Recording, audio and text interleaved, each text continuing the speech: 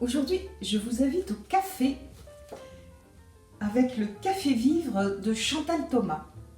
Ce n'est pas un roman, c'est un ensemble de chroniques réunies dans un recueil, chroniques écrites par Chantal Thomas pour la presse.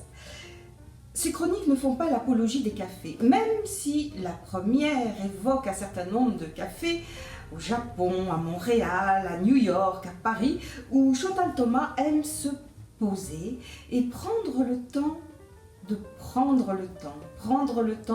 de vivre, de s'offrir une brèche dans le rythme effréné, de se confronter à elle-même, à la vacuité, à savourer des petits instants de la vie, la couleur du ciel, un frisson de vent.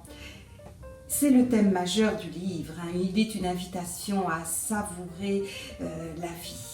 Alors, on partage bien sûr ses rêveries, ses pensées qui s'approfondissent de plus en plus à mesure que les chroniques se multiplient.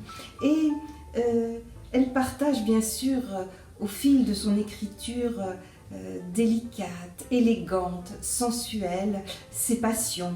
Sa passion pour l'histoire, par exemple, que cultive cette érudite. Et, par exemple, elle nous raconte la vie de Richelieu, pas celui que nous connaissons, l'autre, le duc, maréchal et pair de France, qui sous Louis XV fut en charge des menus plaisirs, lui qui avait pour guide dans son existence le libertinage. Voilà, elle nous fait découvrir des faits méconnus de l'histoire, comme elle adore le faire, on le sait depuis un certain nombre de romans. Elle partage aussi son goût pour la littérature, avec des citations.